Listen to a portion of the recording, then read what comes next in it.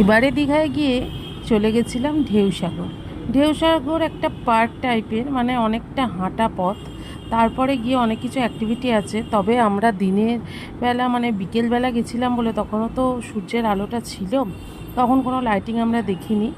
আর কোনো অ্যাক্টিভিটিও তখন চালু ছিল না, দোকানও সেইভাবে খোলা ছিল না। আমরা জাস্ট ঘুরলাম, তারপরে ওখানে ঢেউসাগরের পেছন দিক দিয়ে একটা বিচ আছে, বিচ দিয়ে একদম সমুদ্রে বেরিয়ে গেলাম। দেখো দোকানগুলো সবই এখনও ওপেন হয়নি। তো বেশ ভাল লাগছিলো, ওয়েদারটাও দারুণ ছিল।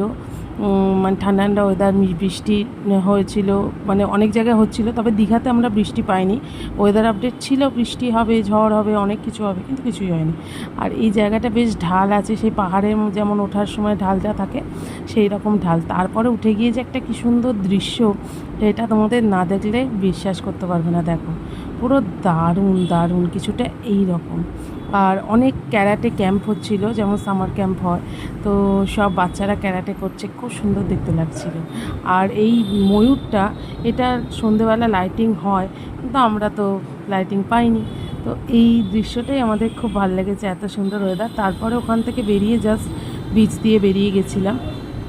তবে এই ভিউটা খুব সুন্দর লাগলো, দারুণ দারুণ, একদম মানে চোখ জুড়িয়ে যাচ্ছিল। তারপরে কয়েকটা ছবি তুলে, ছবি তো তুলতেই হবে, এটা তো মাস্ট।